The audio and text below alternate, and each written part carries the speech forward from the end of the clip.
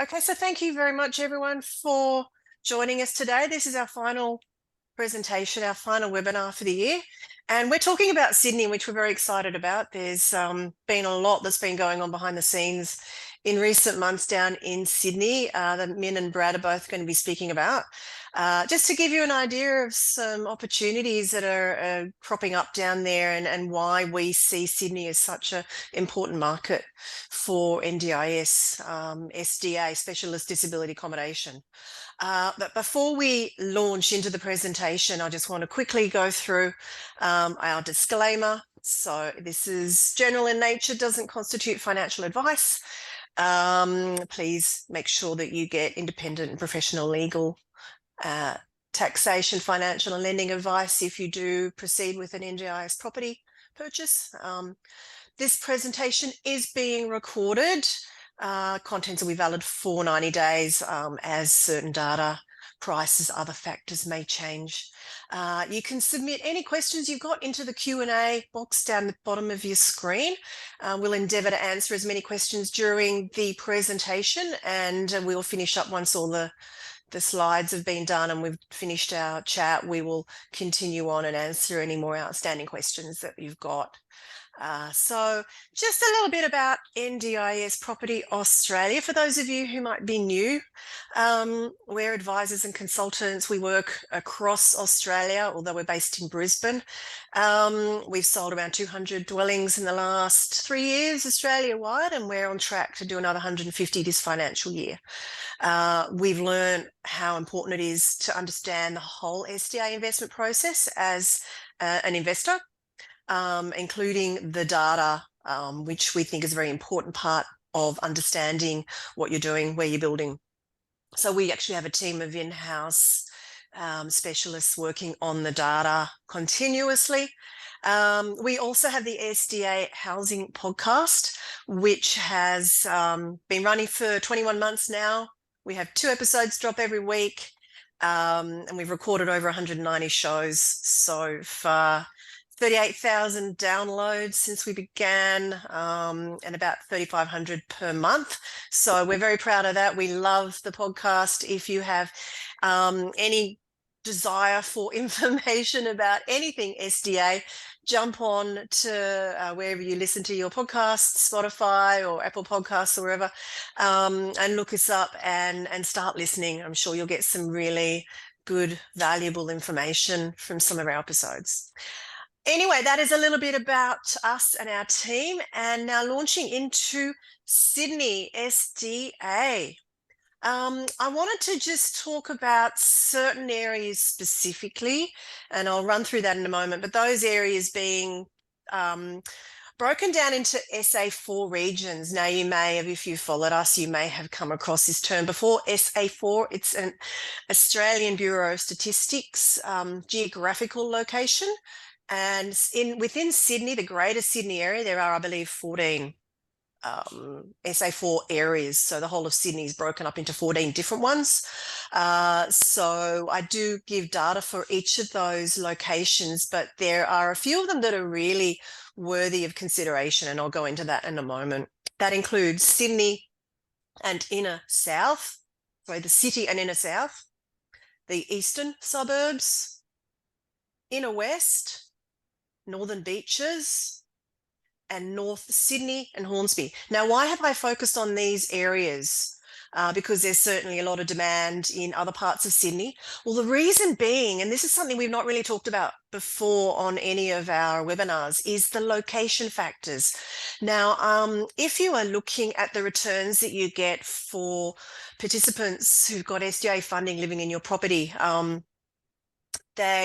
location factor applies to the base level of funding. So as an example, if someone has $80,000 of SDA funding to live in a high physical support 2-tenant home, the location factor will multiply that base amount. Now, if we look at these ones here I've highlighted in orange, you can see that they range, and I've highlighted only anything that's 1.3 and above. And those are for and I haven't highlighted the North Sydney, which I've also included, but that's also above 1.2. You can see there for the Sydney city and inner south, we're up in the 1.9s for house 2 resident and 3 resident. That means you're almost doubling that income. So for one participant, 80,000 would become 160,000 for one participant. If you're building a 2-participant home, you can imagine the income is considerable. Why is the income increased there? Primarily, we believe that the NDIA created these location factors to compensate for the expense of developing SDA. And as we know, in Sydney, land prices, property prices are much higher than elsewhere. And of course, places like the eastern suburbs, inner city are going to be much, much higher. So we just thought it might be interesting to look at the data from the perspective of what the returns might be, considering we know how much more expensive it is to develop here. So that's kind of where we're coming from. Now, I have looked at the participant demand for those 14 areas of Sydney. And normally I actually do this in order of the highest demand going down to the lowest. But what I've done today is I've actually sorted it by those areas with the highest location factors for house funding. And you can see there that the first couple, the inner city and inner south, eastern suburbs, are up in the 1.9s here in the location factor. The second line here is the apartment location factor, which doesn't vary anywhere near as much, but it's still a little bit above 1 for some of those areas. So what we're looking at here is the number of participants who've got SDA funding in Sydney, total of 4,342.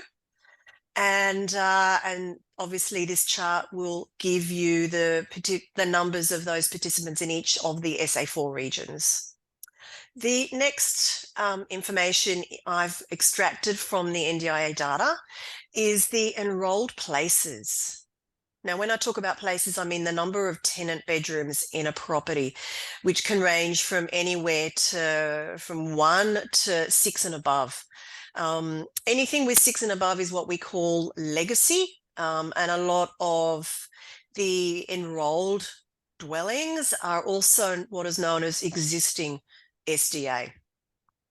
Now, the NDIA split their enrolled places or enrolled dwellings into legacy, existing, and new build.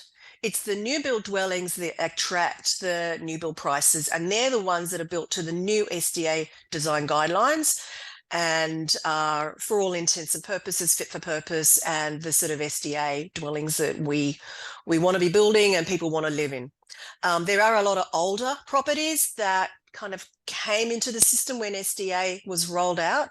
Anything 6 tenants and above became a legacy dwelling, which we know will be defunded in the coming years.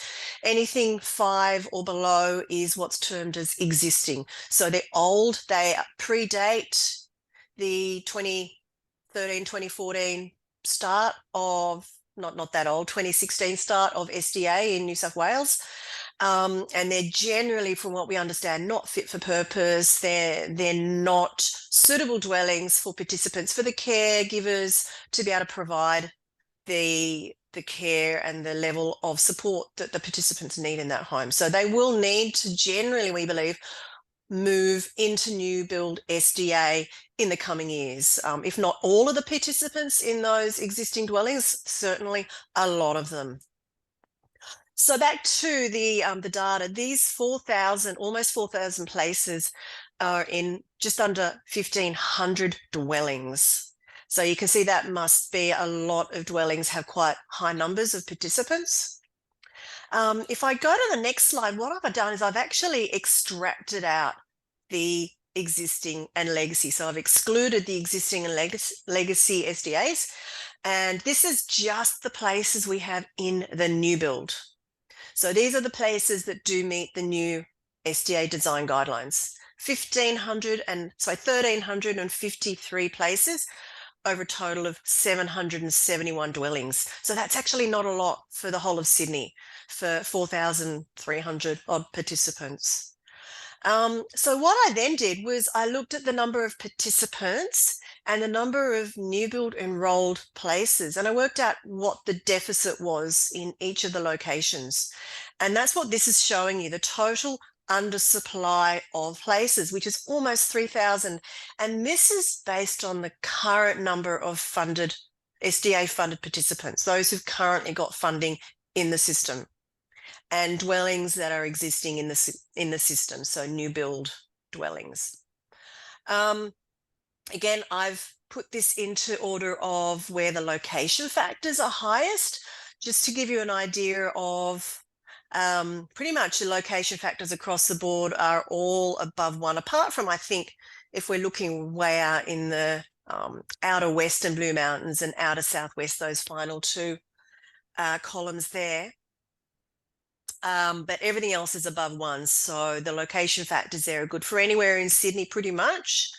But this is showing you the total number of places that we currently see an undersupply. So where you're getting almost double your income, we still need 100 places built in city and inner south, and another almost 100 in eastern suburbs. So that kind of, I think, gives you an idea of where our demand is, where you're also going to get compensated for developing SDA in these areas.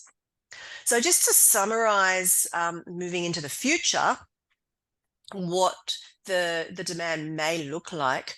The latest NDI data just came out last week that dates back to the 30th of September. So we're about 6 weeks outside of the data period there, but it's as close as we can get to current data. The new number of NDIS participants Australia-wide has just gone over 630,000, of which 85,000 are in the Greater Sydney area. 4,342 SDA funded participants in that area, which is 4.5% of all the NDIS participants. Now, the NDIA have stated that they believe by June 30, 2032, there's going to be over 1 million participants in the scheme. And they have also stated in recent demand projections that they issued that there would be about 155,000, and I've got that wrong there, SDA funded participants. Oh no, sorry, I'm reading the wrong thing. Estimated number of NDIS participants based on the fact that currently we have 15% of NDIS participants in Sydney would be around about 155,000 in the whole area. And if we work out, as we have up here, 4.5% of NDIS participants having SDA funding, we'd be looking at around about 7,000 SDA funded participants by June 2032. And that's 8.5 years away. If we actually go by the demand projections, we're looking at 5,400. This is a number that the NDIA recently actually put out, that they expect will need SDA or will have SDA funding by that date. So there is a bit of discrepancy. That's only 2.9% though of all NDIS participants in the area. So we're not sure if it's going to go above 5,400. Something to consider though as future projections. So if we put all that in a nutshell, with a current gap of around 2,990 places and a potential additional 1,060, so I'm being conservative here and basing it on the NDIA demand projections, we're looking at a potential gap of around 4,050 places, or approximately 2,300 dwellings. So if those additional SDA funded participants come in line with current numbers, that could be an additional 900 dwellings we need. So you can see that looking into the future, we believe that there is a really big demand for dwellings in Sydney. So that is my overview of the data. I'm actually going to hand it over now to Brad, who is going to introduce himself firstly as an SDA provider, being in the space for many years, very experienced. I think Brad's actually been on one of our webinars before. Some of you may have already met him, but welcome, Brad. Thanks, Debbie. Appreciate the introduction. Good afternoon it is now to everyone listening. And today we are going to focus on the Sydney market. And we've been working with investors and a particular builder in Sydney now for over a year. And so I can give you some on-the-ground experience of what is actually happening there. And for me, looking across Australia, we have seen a real imbalance in the data in Sydney. So in Perth and Adelaide, in Queensland, there are houses being built. The pricing for the rest of Australia is much lower than in Sydney. But here's something that everyone should pay attention to. Because the cost of putting a house together in Sydney has been literally double what it is in every other state, there has been a lack of housing. So in Sydney, we have this unbelievable imbalance of supply and demand. And the figures here really show that clearly. In fact, I was just reading the bottom line of your data there, Debbie, and it says, if everything's in line now, we're going to need another 900 dwellings just for SDA in the future coming on board. And what we're seeing is, of course, what everyone really needs to know is that the participants choose their property. They choose it on the location, they choose it on the desirability of the house, the layout, the functionality of what it's there. And I'll really dive into that a bit later. But I just wanted to let everyone know I've had a lot of questions about just what is SDA and what are the benefits of it for, the participants that are coming through. And if you can see, you'll be looking at Debbie's slide there, and you can see that if you may not have been in a house like we have, but there are certain great improvements for independence and dignity. And this dignity issue I'm going to speak to a little bit later as well, because if I can help everybody here who's listening do anything, and that is to look at this investment through the eyes of the participant. And that certainly has been my mantra for many years now. It's to just say to build a house and hope people will come to it is certainly not the answer. And I know that there is a lot of noise out there around, look, just build a 3-bedroom house and that'll give you, well, in the old days, that was probably about $150,000. And now it's probably more like well over $200,000. But there's been some elements that I will speak to a bit shortly as well to show you about building the right house in the right location, even if there are hundreds of houses being built in that same area, which there will be in 10 to 20 years' time. There's a couple of ways I'm going to show you where you can make sure that your house is more desirable to participants. And that is the only thing that matters. It doesn't matter what you or I think or what a builder thinks or an architect thinks. When a participant or the stakeholders around them enter a home, they are going to choose it simply on the basis of, does it benefit their needs and how well it does that. They don't have to have the restrictions of looking into their bank account like you or I do. They will choose it on what they believe, is most desirable and fit for purpose, which is the new word, fit for purpose for those developments. But look, when you see people in these houses, there's definitely been, you can see functional capacity improving. They learn new skills and abilities over the medium to long term. You can still maintain all the informal supports. The family and friends can still come and visit. And I want to speak to that a bit later in part of the design that I'm going to talk to you about. Sometimes because everyone's happier, they're not leaning on support systems as much. So sometimes you can see a reduction in the supports that are needed there. You can also see people, because they're happier, they're not in an institutionalized environment anymore. You can see them pursuing some goals. I've seen people go back and start to study again, and of course, all this gives greater choice to participants. And that has been the primary mandate of the NDIS, choice and control.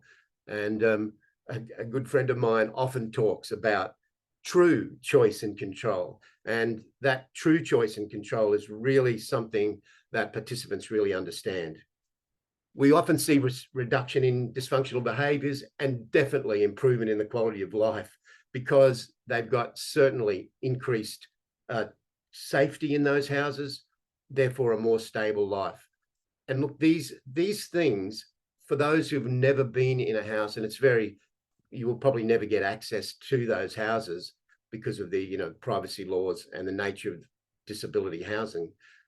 I can tell you that anybody who helps us build these houses, these aspects of what I'm talking about now are very clear, and I see them every day. So what do we do as an SDA provider? Look, Brad, I'm just going to jump in. Apparently, my screen is showing the double side. I'm going to see if I can just fix that. Apologies for that, everybody. I wasn't aware of that. I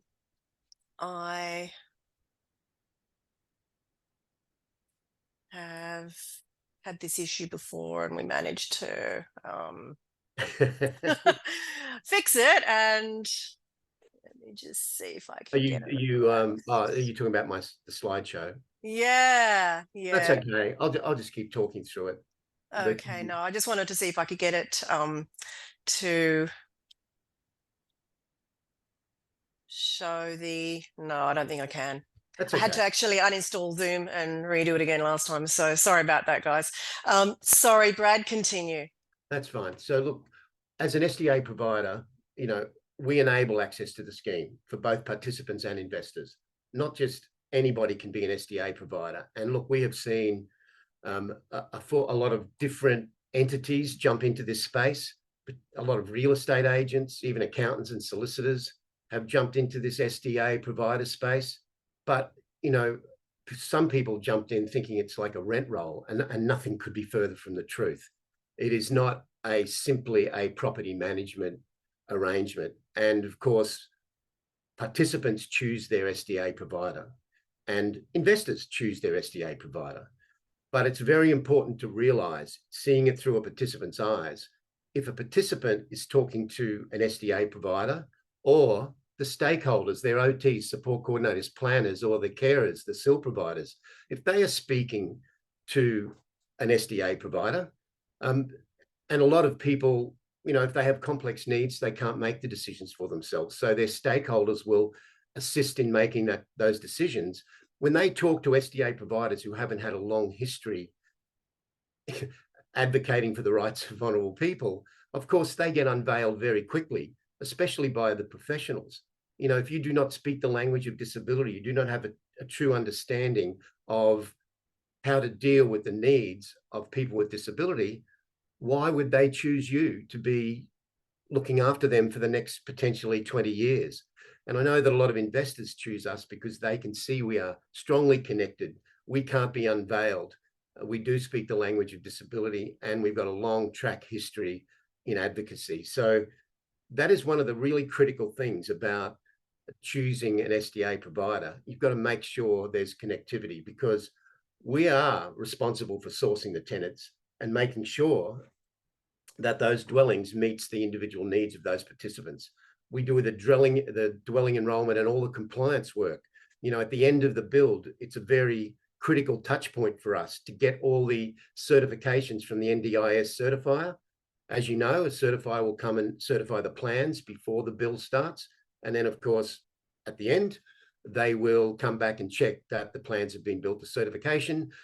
We receive the occupancy certificate and we package that up and send it down our portal to the NDIA.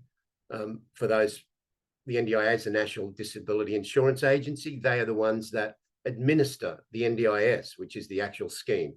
A bit like a judge administers the Australian law, the NDIA administers the paper that is the NDIS scheme. Look, we also enter into service agreements with NDIS participants, and some of those agreements, one of them is also a general tenancy agreement, which shows the same documentation that you would with any tenant. Make sure the lawns are mowed and that everything is kept clean, keep the place in good repair. I see a lot of agreements with SDA providers that have very low percentages, but when you open up their agreements, you'll see 4% garden and maintenance or 5% admin fees, and next minute you're paying 15%. I call those the sneaky fees, but we don't have that. We have a straight fee with none of that, and it certainly isn't as much as those. So it's very important that you understand those agreements are also very important. We see agreements that are 5 by 5 by 5 leases. And of course, we have an advisory board made up of people with disability. And a long time ago, they gave us that advice that was not the right thing to do. And you see a lot of the kind of real estate or property SDA providers looking at this and thinking that this is a 5 by 5 by 5, which is not what we do. Because the first question that every participant asks us is, how long is your lease with the owner? And everybody takes a head lease with the owner of the property. And of course, if you say 5 by 5, a participant will read that as, well, that means I can be exited in 5 years. Now, this lease arrangement is probably the greatest collision of understanding participants and being property brained. And there are so many collisions in these two worlds collide in this world of understanding it through the eyes of the participant and understanding it through a property-based analysis. I mean, the income is fantastic, but if we get it right for the participant, the risk of obtaining that income is greatly diminished. So, and I want to talk about that diminished risk in Sydney shortly. Look, we also manage notifications. We do wear a property manager's style hat and make sure you get monthly statements, just like a real estate agent would do. But our main mandate as a provider is to ensure the home and living experience of the participant is as good as it can be. And we work with the carers, the SIL providers, and all other stakeholders to make sure that is our highest priority. Look, we do manage, if there happen to be tenant disputes, we manage them as part of a stakeholder group for the NDIS participant, and we've done that on 1 or 2 occasions. What do we need? We certainly need people to share our values. People with disability are people, certainly not just dollar signs, and we want to provide housing where people with disability will thrive and in locations where they need it, and that's a key element. We also would love people to emphasize with people who live with disability. And I've got to say that, out of the hundreds of investors that we talk to, everybody really does seem to want to emphasize. And you can do this community good. You can help us enact some social change. And of course, at the same time, you can get a great return for this. So let's direct some of that to the Sydney market, and let me tell you what I'm seeing on the ground. So location is critical all around Australia, and we do map out the data. NDIS property has a great data stream, as you saw, and we like to lean on that as well, because sometimes deciphering the data from the NDIS is difficult. We also talk to SIL providers on the ground, and we try to talk to them and gauge how many participants they have that they are converting to SDA, right? So what we definitely want to do is we want to determine where the demand is. So to do that, we map it out as best we can. I mean, it's not an exact science, but if you combine the data with talking with SIL providers on the ground, we can find that out. And in Sydney, as you've seen from that data, there is a great imbalance in supply and demand. There is a huge demand, and the new dwellings that are coming through in a whole range of various designs. So right location, critical. And that's not just Sydney, but right across Australia. But the design of what you're building is also critical. And I would encourage you that if you even thought you were in an area where there were going to be a lot of other NDIS homes, then you should spend more money on the house and make sure that your house is more desirable than the others that are being built around it. And to that end, we took advice from our advisory board, because I can tell you, there is nothing like listening to the people who live with their disability every minute of every day to get a guide as to what the functionality and layout of that house should be. And that's why many, many years ago, we stopped advising people to build homes with one living area in them. So when we first started, of course, houses were already being built, and we weren't consulted on those, but they had 3 bedrooms, and everyone knows those homes, a kitchen, a dining room, a living area, and a glass sliding door out to the patio. There are hundreds and hundreds of those being built. But if you look at that house through the eyes of the participants, once you've got one high physical support person in that lounge, they have a lot of equipment. There's a hoist, could be 7 foot high. The power wheelchairs beside them, probably in a seat that is quite large, and a second high physical support person with complex needs beside that one with the same amount of equipment. You can imagine we still have to leave an access out to that glass sliding door. There isn't much room left in that lounge room after you put the dining room there. And of course, now let's invite over friends and family to come and visit. Where do they sit? How do you fit those people around? And how do you have a private conversation? And I can tell you that our advisory board pinpointed this from the start, because they said we shouldn't have to retreat to our bedroom to have a private conversation. There is a dignity issue here. And so they suggested we have a second living area. Now, of course, when I heard that, that resonated very clearly with me, because sometimes I like to go to the second living area or the media room just to escape the kids and watch a different TV program. So why shouldn't it be the same? I mean, if we had visitors from our house from next door, we wouldn't say, look, come in for a private conversation to the bedroom. We would take them to an area in our house. So what we started doing, we listened to that, and we started developing houses with their design in mind that had 2 living areas.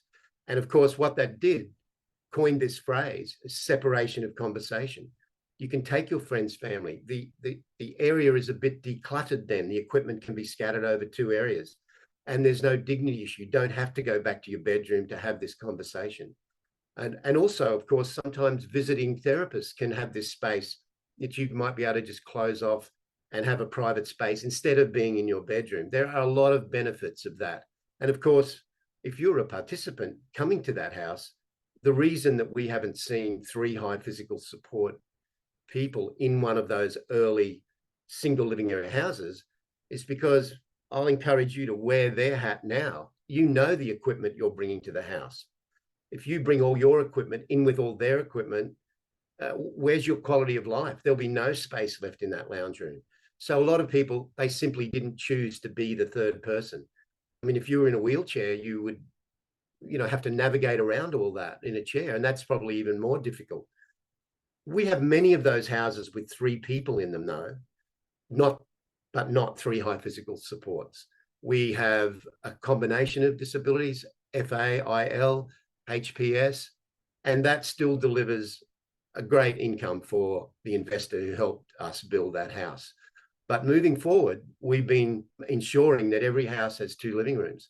I mean, give me any reason that any of you there, if you can wear that hat, why would you choose a house with 1 living area over one with 2? I mean, why would you do that? And of course, that's exactly what we're seeing on the ground. And with all that knowledge and advice from our advisories, when we went to Sydney and started talking to builders down there was one builder in particular that, and I'm going to tell you a story about a phone call from that builder because it really illustrates how people think about it. I'd said to the head of sales of this company, back and forwards, they build a very high quality home. And of course, he was always looking to improve the quality of the fixtures and fittings, taking advice. We went back and forwards for months. And one day I get this call, and the call is, Brad, you've always said to me that a participant has this second living area in a 2-bedroom, 2 living area house. Each person gets their own living area, but in a 3-bedroom, 2 living area house, someone's still sharing, right? And I went, well, yes. And he said, well, why do you do that?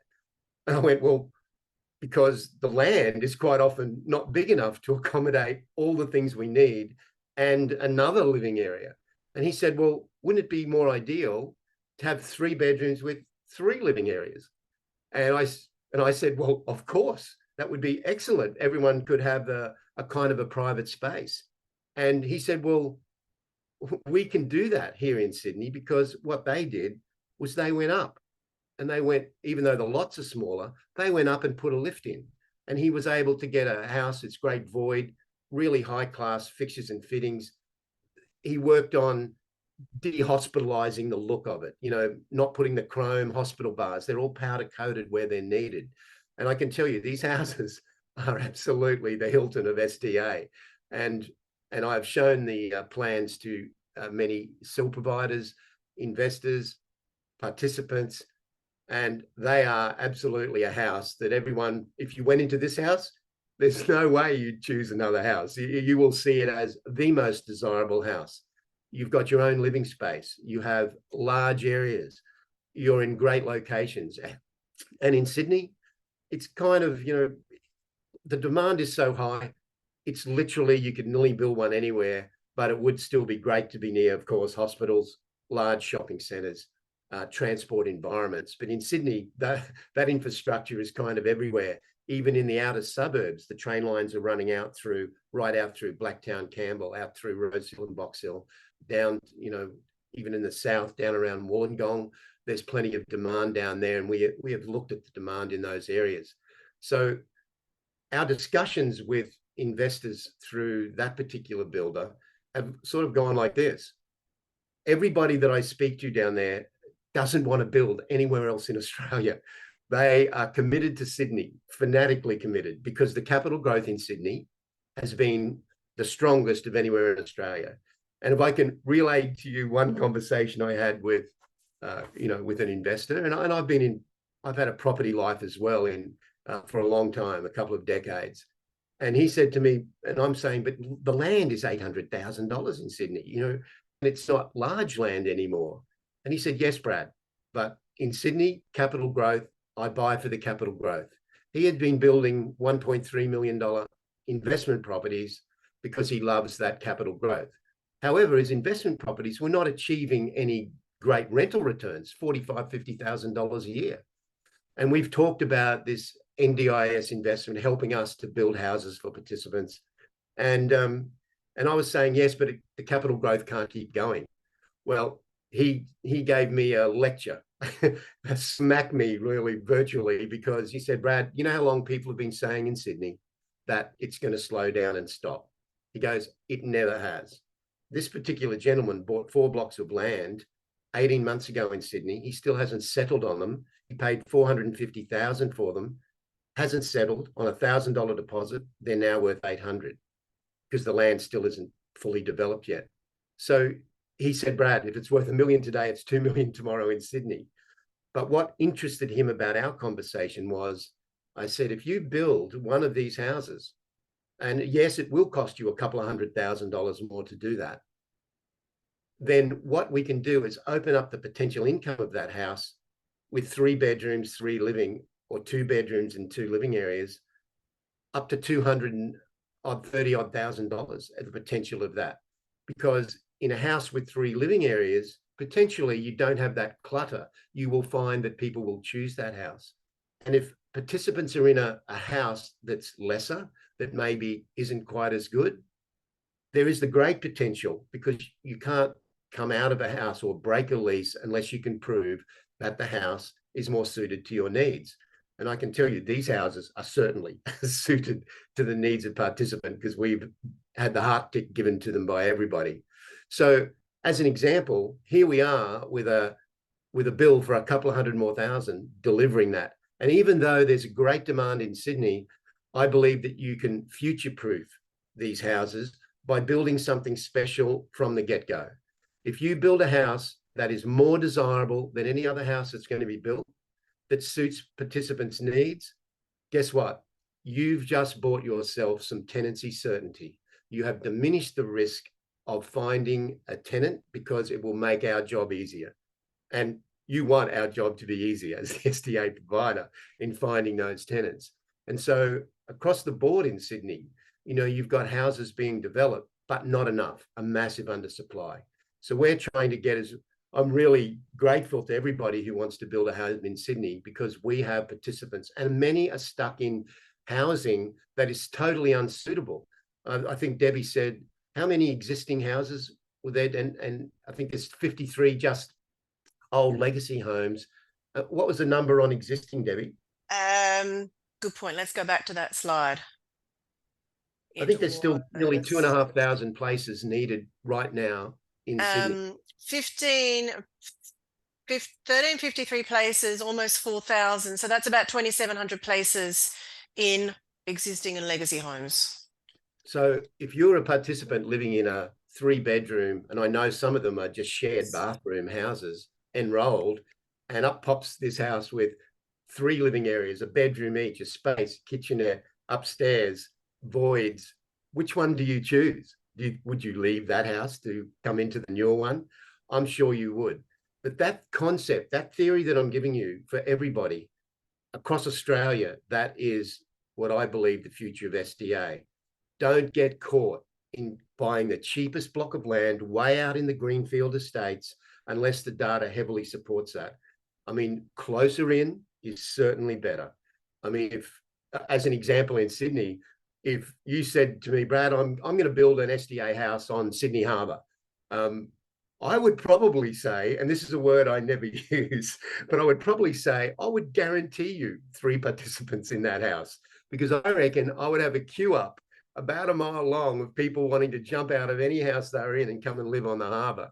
So, you know, if the house was then out near the Blue Mountains, therefore it's probably not going to be as popular as the house right on the harbour. Now, of course, it's unviable, you know, to spend what, who knows, 10 or 20 million on the land if you could find it. But it does illustrate the concept. You know, there's, in some ways, it's what I call, it's like the Goldilocks theory. You know, Sydney Harbour too hot, Blue Mountains too cold. But let's come back in halfway, and Goldilocks just right. And somewhere in that area, the data supports those areas, and you can apply that Goldilocks theory, if you like, to every state in Australia. Because if you are building way out in the greenfield estates, then make sure your house is going to be more desirable than the others, because in 2032 or 42, and we will have to replace some participants over that 20-year period, you want to make sure your house is still a shining star in 5 or 10 years' time, that when we come to replace a participant in that house or a resident in that house, then your house still is more desirable than all the basic ones. You know, all of these houses are compliant, but it's a minimum standard of compliance. And we're making sure that, you know, we don't really believe in that minimum standard, because we know on the ground it's desirability that makes your house chosen by a participant. So keep those things in mind as you look at investing. Try to look at it through the eyes of the participants, because that is the key. Right location, definitely the right design, and of course the right SDA provider who's well connected to the participant and stakeholder world. And with those 3 elements in play, 95% of your risk is literally gone. And look, after all, it is still property. We can never seem to get it to absolute zero.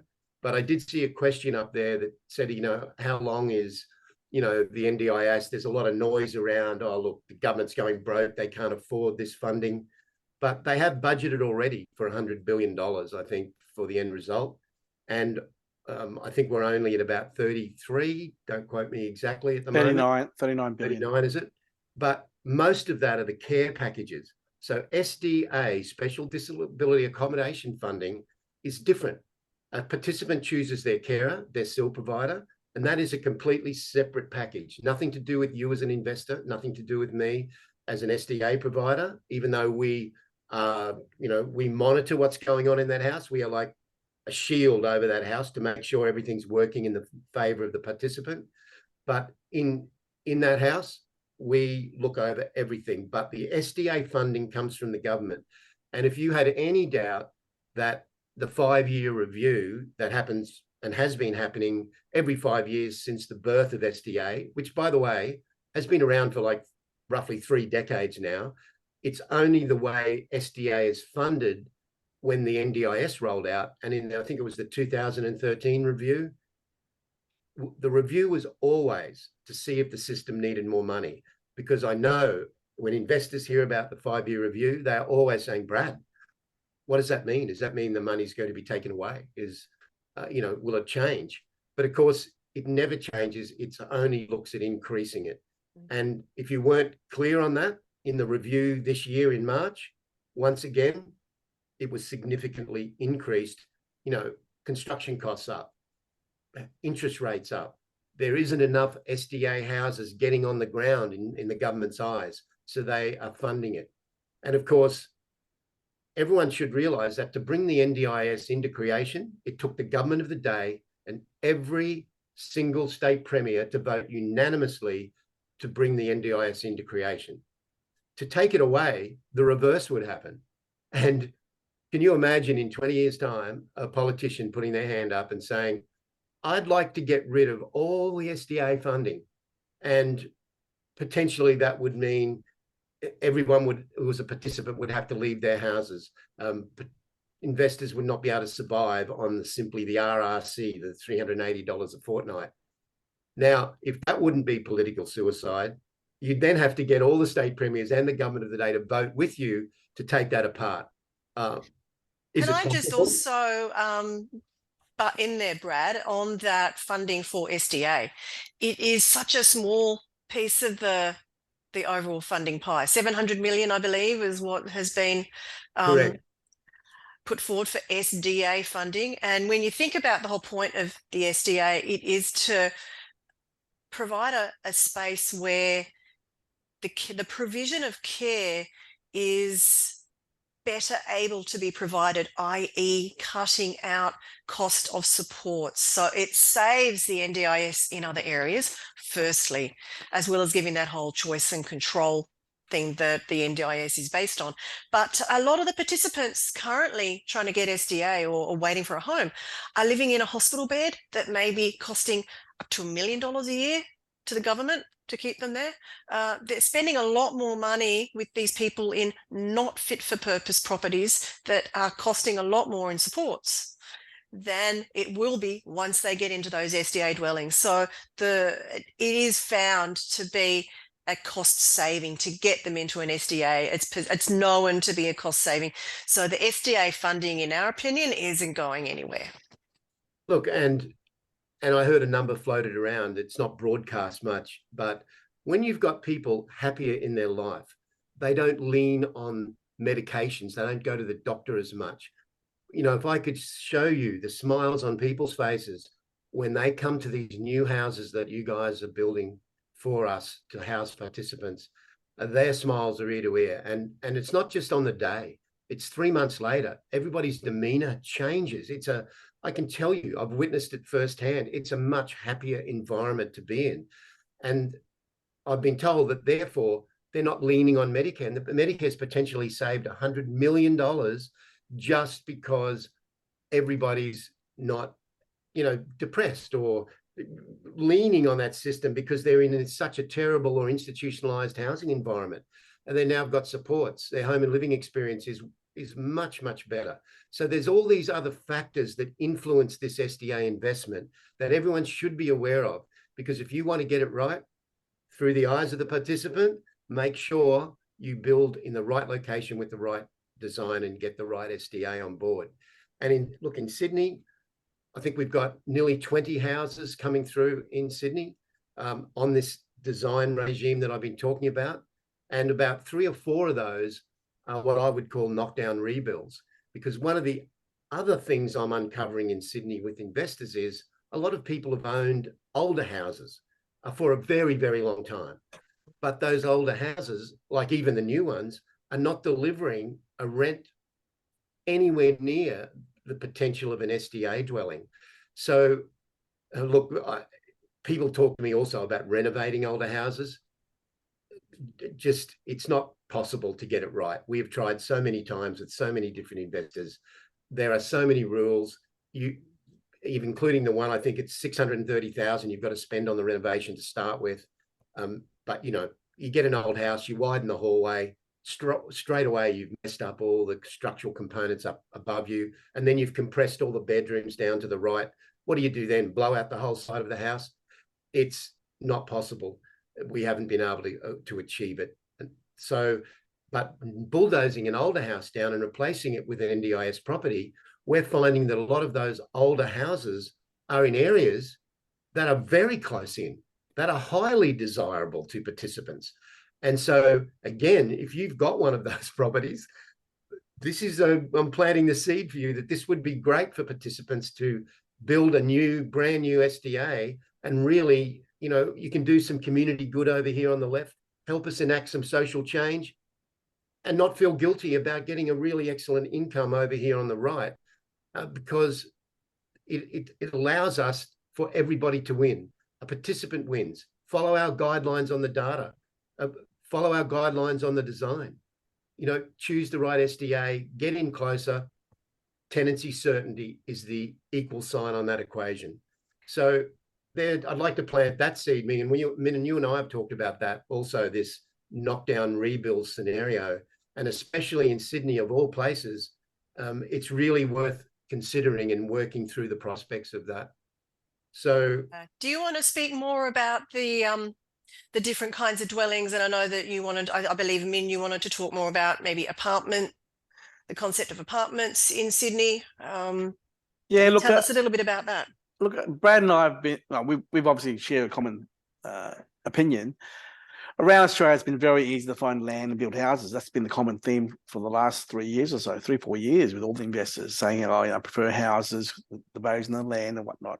But in Sydney, is not feasible because the land costs so much money. I mean, to buy an old house to bulldoze it down is $1.3, $1.4 million. Isn't it, Brad? True, but if you've owned it for 30 years, yep, it's probably debt free, yeah. But the feasibility for an investor coming in to buy a block of land to build a house is $1.8 million, $1.7 million right there. To knock it down, buy an old house, knock it down, it is very complicated, definitely. So in Sydney, more so, you're going to see more high density product like the SDA apartments, more prevalent for investors to consider. Brad, those houses you're talking about, the double story, 3-bedroom, 3-bathroom houses, what's the approximate pricing there? They're around the 1.6 million if you put them on an $800,000 block, which seems to be the norm. But I tell you what, as you and I have said, if there's an apartment closer into the city infrastructure, there is the possibility that if you're too far out, people from houses will be able to move into an apartment because the investor can allow that to happen. Yep. And now, previously last year, what I'll call in the old funding from pre-1st of July, improved livability was funded at $27,000 gross. Now that's 55, 70 and 80, depending on the location factors. And so someone who's got an apartment, they might find that attractive to say yes to someone who wants to move out of a house and into an apartment building. Exactly.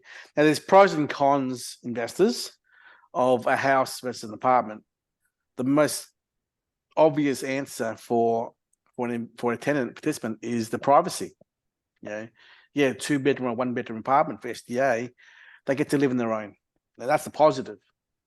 Usually these apartments are built in high density areas near hospitals and shopping centers and transportation modes, which is what they want if they're living by themselves. Sorry, Min, go on. The downside of living in an apartment by yourself, Brad, is it's quite lonely, isn't it? Well, we talk to a lot of participants, and many participants would like to live on their own, except there is no such thing as 1-bedroom house funding. Fortunately, though, I'll just make a note that the new Appendix H is certainly opened a wonderful door where a single participant can live there with their family. And that is something we've been pushing for a very long time. We've been advocating for that.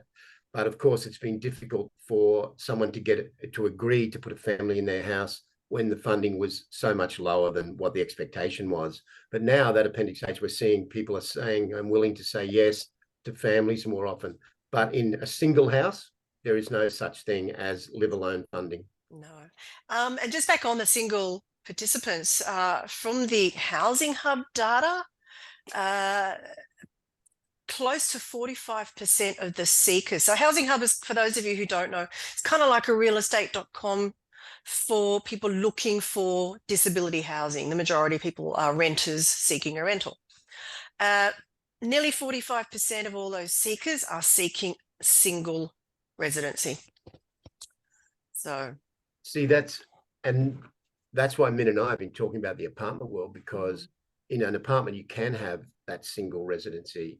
I mean, there's obviously some hoops to jump through in terms of the funding and the transfer of that, but there is definitely an opening. If you've built the right apartment in the right location, there is a great potential for that in some of these high density areas. I mean, what's Sydney now? I think overall in the entire region, it's about 5 million, but I think there's 1.9 million people just in that sort of centralized inner outer Sydney area. So Sydney's got the highest population, therefore, obviously a higher percentage of people with disability and needs. But it is something I think the future is going to be looking at, and we certainly are, in terms of this apartment world versus housing world, because both have their place. That's for sure. I think we might move on to answering some of these questions, Brad, if you'd sort of finished with the different types of dwellings. Here's a question for Brad to answer. Can an owner change the NDIS provider over their property?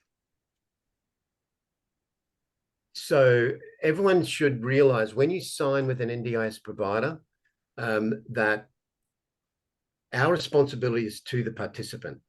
So you've got to be very wary in the contractual arrangements with your SDA provider, because if we have had probably a dozen houses come to us from other providers that have had vacancy, because some providers do not have that connectivity to the disability world, and participants aren't choosing to look. I mean, imagine if you had a person of disability who was your child, could be 30, 40, 50 years old. When it comes to, you get the SDA funding, you go to choose your provider. Do you want to choose someone who's been a builder or property developer who's jumped into this space? Or are you going to choose someone who's got a track history in advocacy to be the shield over that house for the next 20 years? I think the answer is obvious. So we see a lot of SDA houses empty when we've got tenants literally in the same street in one place. So the agreement is with the participants. So if you wanted to terminate the SDA provider, we see a lot of like 6-month vacancy termination dates. We have 3 months, and I don't think we've never been terminated on vacancy across that whole time. So, but you've got to be careful that for poor performance, you should look at an exit clause for that. I mean, our agreement's at 20 years, but we have exit clauses, in the background. We just wanted to be able to say to participants, you can live in this house as long as you want. But it's very difficult to terminate. I've seen everybody's agreements there. It's very difficult to terminate an SDA provider if they have tenants in the house and they haven't breached any of the core items in that agreement, which makes choosing initially do some due diligence on that, that's for sure. And look at the termination criteria. Look at the longevity. I've seen some leases that are only 2 years. I mean, why would you do that? Well, I know some people have like 2-year head leases, but when it comes to renew, suddenly your fees jump up. I mean, I don't do that. Our fees are set, they're fixed for life.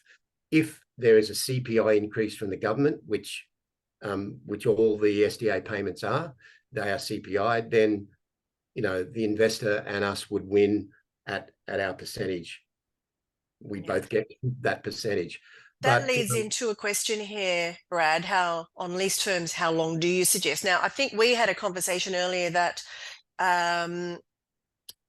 you said that some participants are happier to go with a property that has a longer head lease because they're getting then peace of mind that they're going to stay there for life. Correct. And look, we do see a lot of leases that are like 5x5 and 5x10. That's just coming from a real estate background perspective. Whereas if you're coming from a participant's perspective, you would be looking at making sure the participant can live in that home for as long as they want to. So we have a head lease with the owner, and then we sublease to the participants.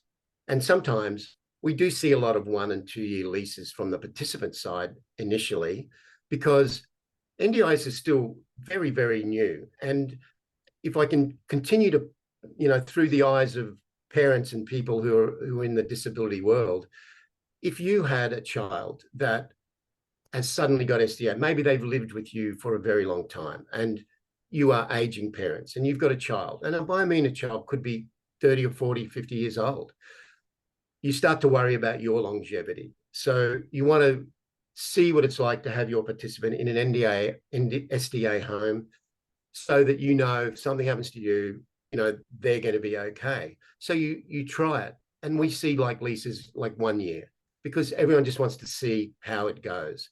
And then if it goes well, then we see a longer lease locked in and to provide that. But because NDIS is so new and there's a lot of parents in that situation, because NDIS funding, I mean, in Perth, it's only been a couple of years.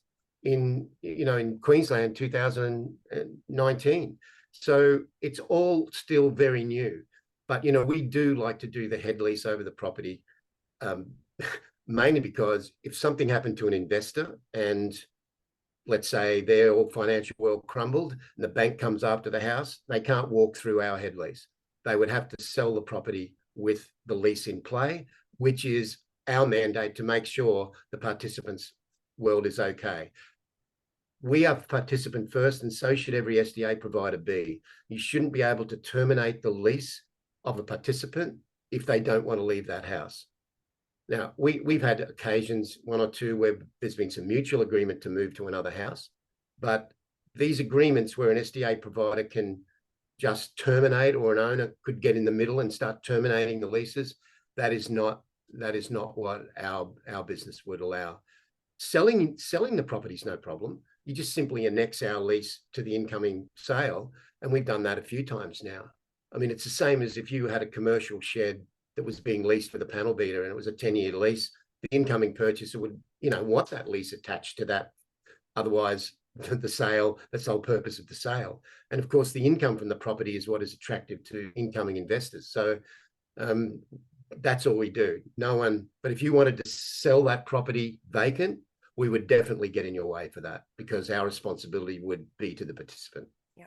Can we maybe change tact a bit? There was a couple of questions on SMSF, and obviously that probably deserves an entire webinar on its own. But Min, maybe do you want to very quickly just go over how an SMSF NDIS investment works? Sure. You'll have to get your accountant to set up an SMSF account trust for you to roll your funds over. You can't borrow money in an superannuation environment, so you have to engage a third party to then buy the block and build the house. So the average amount you need to have in your super fund is about 30 to 35%. So if you're looking at a $900,000 property, you need to add all the costs for holding costs, stamp duty, and application fees. So it ended up being $1 million, and 30% of that is about 300 grand. So you need to pay 30% of that, 300 grand, to a third party, and then they will go buy the block and build the house for you. We have a full detailed process on our end. So I think you should contact our office and talk to Debbie or myself and talk to us separately. Debbie, we should also do you and I do a webinar, on the process of doing SMSF. It's a very complicated process there. And that's a 1 hour process of discussion already by itself. So maybe we'll leave that for another one-on-one topic with whoever's asking. And go from there. Yeah. But just quickly, we do have one more question on that. With the requirement that an SMSF is a single contract, how feasible is it to do to buy and knock down to do an SMSF? That can't be done unless you hire a third party, because as you can appreciate, you have to engage a third party to do everything for you. So it's a complicated process for them to actually buy an old house, knock it down, and it's complicated, that one. It's going to be very hard, that one. Yeah, very tough. Yeah. Yeah. You got to hire someone else to buy the block for you, knock down the old house, project manage it, get the lending, build a new house, and sell it back to you. So it's a very complicated process. I reckon it'd be very expensive. You're looking at another 200 grand or more to the normal price. So for a 900 grand purchase price, you're looking at $1.3 million just to do that process. So you're paying an extra 400 grand premium just to do that knockdown process. Yeah. Yeah. Okay, that was the SMSF questions. Back onto a couple more questions we've got here. All right, Jonathan Katana. Hi, the SDA is critical along with the design. Who would we use in New South Wales? I'm assuming you're asking which SDA provider you would use in New South Wales. Well, you could certainly use us in New South Wales. we were already there, and we'd be happy to look at that. I mean, part of the process in engaging with me is simply upload your plans and your location, and we make an assessment on the property. We can also guide you to the right areas, and we look at data like NDIS Property Australia has done, and we look at the data to make sure. But in Sydney, I'm pretty clear already in the areas where the housing is better. And look, it's literally everywhere, but you don't want to get too far off the transport corridors. You want to be near a hospital within, 20, 30 minutes. You certainly, a big shopping centre close by is certainly, a heart tick, that is for sure. And Debbie, while I'm talking, I just saw one of the questions, which I should have clarified. When I talk about a 3-bedroom house or a 2-bedroom, I should say plus OOA. I'm always talking participant bedrooms. So if you hear me say a 3 or a 2, it will always be plus an OOA. We would never want a house built without Thanks for clarifying that. overnight accommodation. No, I just saw one of the questions regarding that. Hey, Brad, one of the questions was, where are these 20 houses you're referring to? What locations are they? Do you know? Yeah, so they are scattered through Sydney. There's 3 of those that are what I'll call knockdown rebuilds, older houses that people have had for many years, which is why I know this works. I mean, in one of those properties, the land alone is worth $2 million. It's really close into the city. And others are in some of the newer estates, down in Wollongong, out in the areas out round past Roos Hill, Leppington, Austral, Campbelltown, Blacktown, in those areas, because even out there, the land is still quite expensive. So we are searching.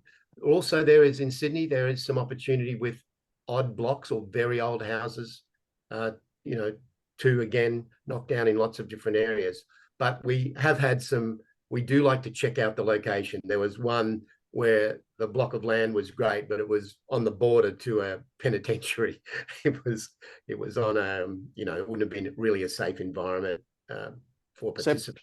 So Brad, following on from that, we have some apartments settling, completing in December, January.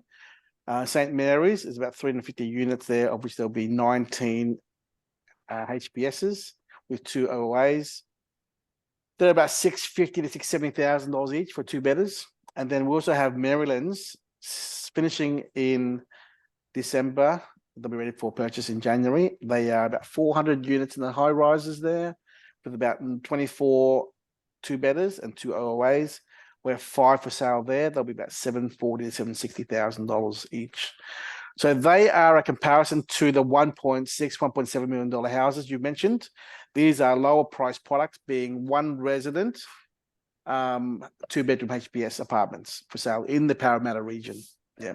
And they will be popular because you showed me the plans for those, because in Sydney inner city, there've been some real issues with apartments, because in the very, very early days of NDIS, everybody just looked at the NDIS guidelines for construction and they got architects involved. No disrespect to architects, but they built to the guidelines. And as I said earlier, the guidelines are not, in our mind, a fit for purpose. And a lot of these taller buildings just put a couple of floors of SDA in there, but they were just studios, no balconies, no space, no consideration for a visitor, have a separate toilet. They were sharing the bathroom with a participant. I mean, just no. And at least those plans that you showed me, Ming, those are, at least the plans are good, the location's good. So they should be very popular for participants, Yep. Now, we also have a few questions from David Savage, who's also a chartered accountant and SMSF specialist. David, thank you for mentioning that. Feel free to mention your organization or your contact details. So if anybody wants to talk to you about SMSF setup, please contact your organization. So please add your details there. Now, David's questions were, will this presentation cover how the investment works, real life examples and opportunities available now and in the near future? David, please feel free to reach out to our office and talk to Debbie. She'll talk to you how the process works with regards to investors engaging with providers and builders and developers, to to tailor the right product for them, whether it's in SMSF or non-SMSF environments. We do a lot of those scenarios there. What else did David ask? That's it for now. Jessica has a question. Is there a minimum investment term if the circumstances change? Are there limitations around the sale of the SDA properties? Debbie, limitations on investment term. Oh, sorry, I'm not Debbie. really sure what Jessica means by that. The term of I investment. do, and I've got an answer to that. So Please, Brad. And it's one that needs clarification for everybody. The NDIS says the term is for 20 years, that the funding will run for 20 years. But everybody is never sure when the clock starts ticking for that. Is it 20 years from the birth of the NDIS? You know, Queensland rolled out in 2019. Is it 20 years from there? It's not. The 20-year clock starts ticking individually on every house. Every single house will be on a separate timeline. And that timeline starts from when we first invoice the NDIS, which means when we have a participant. Now, that hasn't been the case. That changed in the recommendations before. It used to be from the date we got the plan certified. So you lost a year in building there. But now it's from when the tenant, the resident, and I prefer to call residents, I keep slipping up in my own language, the residents of those houses, when we have a resident in the house, therefore it starts from there when that first invoice goes out. So in terms of you as an investor building a house, you have to fall in line with that 20-year term. I mean, if you wanted to stop the investment, then you'd have to fall into the agreements with the SDA provider. I mean, everything can be terminated by mutual agreement. But certainly there's no restrictions in selling that property onto another investor with the SDA provider and tenants in place. Correct. And in fact, I can tell you the few that we've actually seen the sales run through, there's no way those sales would have gone through without our lease next to those contracts, because again, we have the lease with the resident. We have a head lease with the owner for 20 years, but then we sublet to the residents on varied years of leasing. And what we're seeing with the few properties that we've had for resale is that they are selling for a significant premium above what the price of a new property is to construct, because it's got the tenants in place and that income is already coming in. That is correct. And as you know, we can get commercial valuations now. We see people that we've had now who have been able to show income statements for a few months. They've been able to refinance out of those heavy, high construction loans and into even at times bank finance, because now you've got a proof of income. And everybody, that's a question I get asked a lot actually, is about, you know, these high levels of construction. As we all know, the big four banks, they will not do this investment under construction. So you've got to find a lender that is, you know, compatible with constructing an NDIS property. But once you've got the property and you can show some income, just like in all investment, you can then look to refinance back down at a lower rate. And many of our clients are either doing that, have done that, or in the process of collecting enough statements of higher income to do that. Okay, just a couple more questions. Back on fees, what fees can we expect on upfronts and ongoing? Ballpark, again from Jonathan.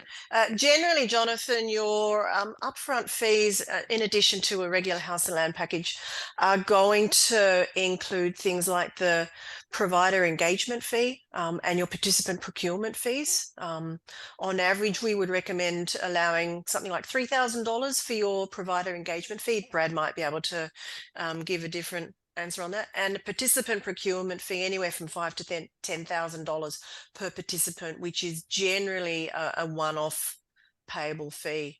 But Brad, any more comments on those? Those fees are the same. They all vary. As I said, you've just got to be careful about the ongoing fees.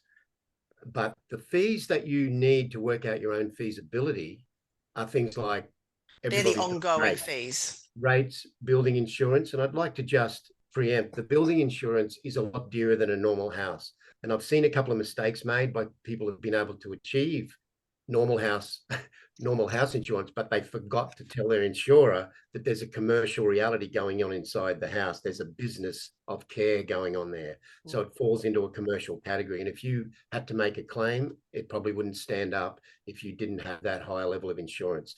Also, every year you've got, pest control, you've got termite inspections, you have smoke alarm inspections, just like you would with any house. But you also have a fire blanket and fire extinguisher inspection legislatively every 6 months. And I'd imagine if you have fire sprinklers put in the house, then that is an additional cost again as well with the maintenance of those.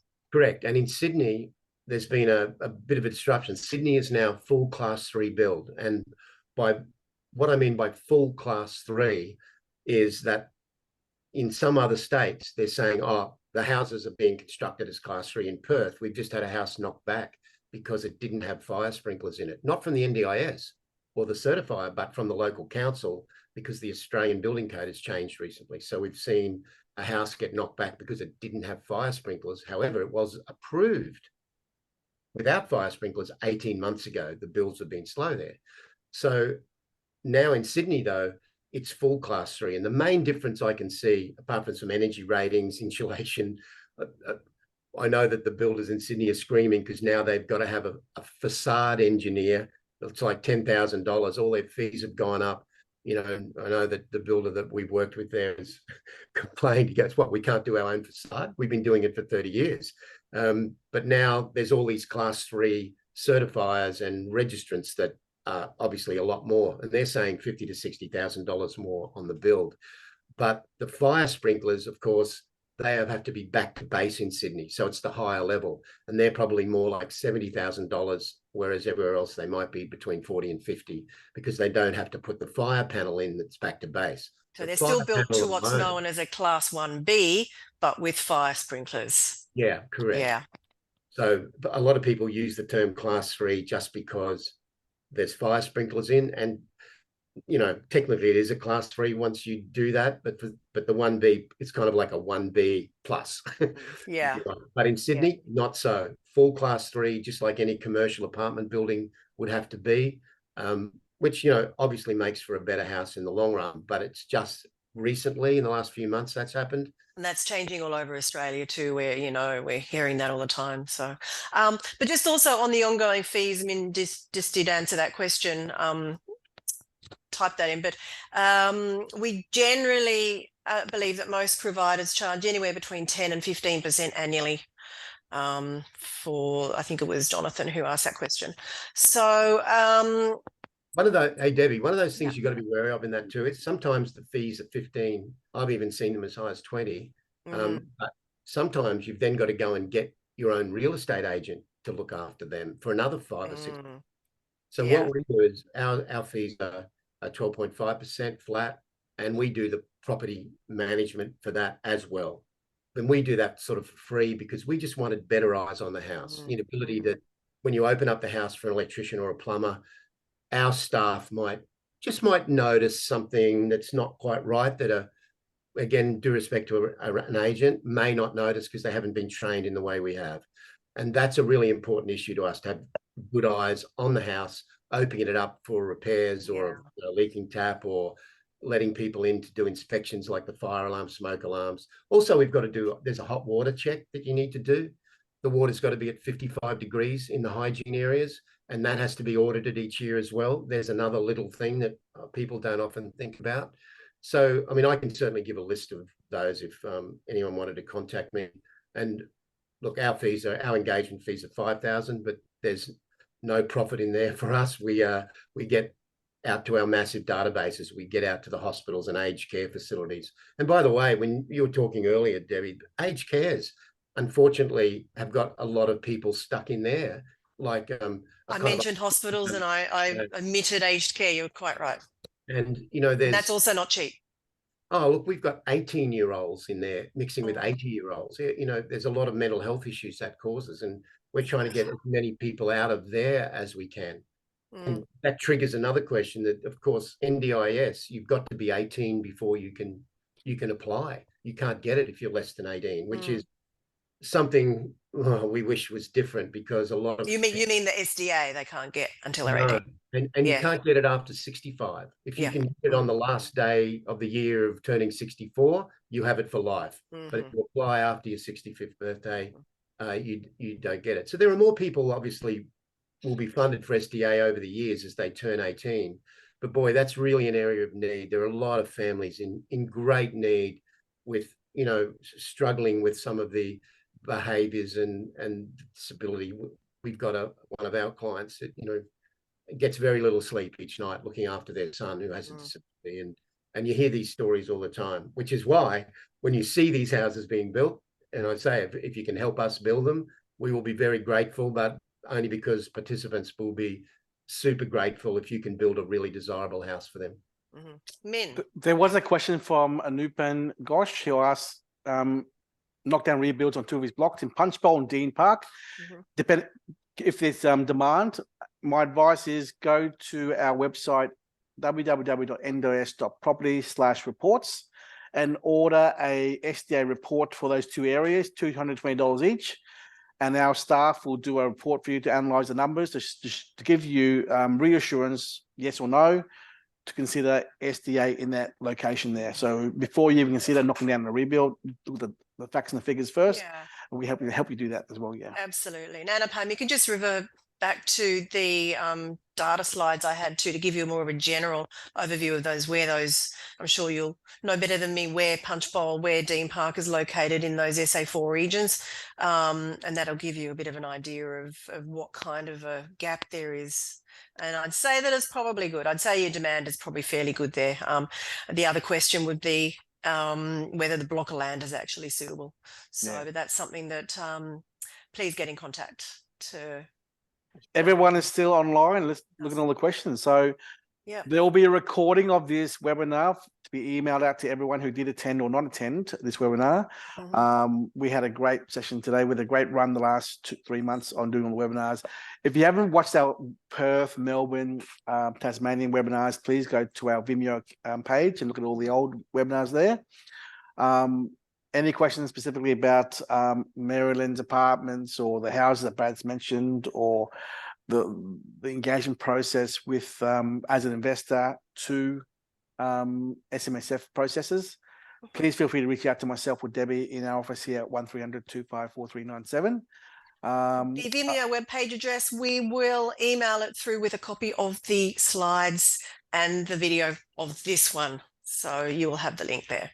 Debbie, will they also have access to all the past we'll give the general Vimeo page so people can access those. Awesome. Yeah. Brad, thank you so much for your time. Really appreciate your contribution to our webinars thus far. Really hope that we can do a lot more business together in the city market with this builder you've mentioned. Also, whether it's apartments or houses, I think Sydney is a great opportunity for us to really work together with yourself. Yeah, it really is, man. And on the apartments, we're dealing with quite a few apartment buildings through Australia, and it's so important, even for even developers listening, to engage with us early so we can look at the designs and make sure that, you know, when a participant comes to those apartments, similarly to what you've done with those designs that we're talking about in Sydney. But it's really important to do the right thing. Let's consult on the design, because some designs are not fit for purpose, and that's what we want to do. So here's one more question here, Brad. Who are the SIL providers you engage with in Sydney? Very broad question. Depends on the area. They are varied. So we talk with SIL providers all the time. We don't have, by the way, just so you know, the first houses that in Sydney, we've only been working in the Sydney market for the last 12 months. So I've been down there getting that going. So the houses are only just starting construction. So we'll be talking, we've already shown the plans to a wide array of SILs. And of course, they would love to know at what time a house is being finished, because they are in the process. They have got many, what we would call SIL clients, people in their care who are now eligible for SDA funding. So they want to be able to convert those people into SDA, but also to have a house waiting for them. So we're actually communicating with a few big SIL providers down in Sydney to get that timing right, which should give every investor an extra layer of comfort that we can have this, this ability to say, hey, if you build us a house here, we've got some participants lined up to do that. But to answer the question there, it depends who are the silver providers you engage with. It depends on the area.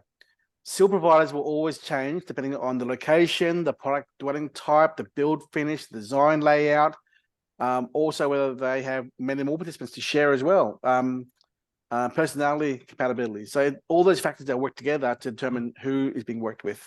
And also there are thousands, Min. There's many people who have just broken away from some of the big groups and started their own SIL company. And so we're getting calls from those guys all the time saying, hey, have you got a house? We have a huge database throughout Australia of like literally every SIL is on our database. So we're talking with lots of different, I don't want to name, every one of them, because there are literally hundreds that we have relationships with and thousands that are out there. So Great. Thank you, Brad. All right, look, I think that wraps it up. We've had a long session today, lots of questions, lots of fantastic intel from you, Brad, and information on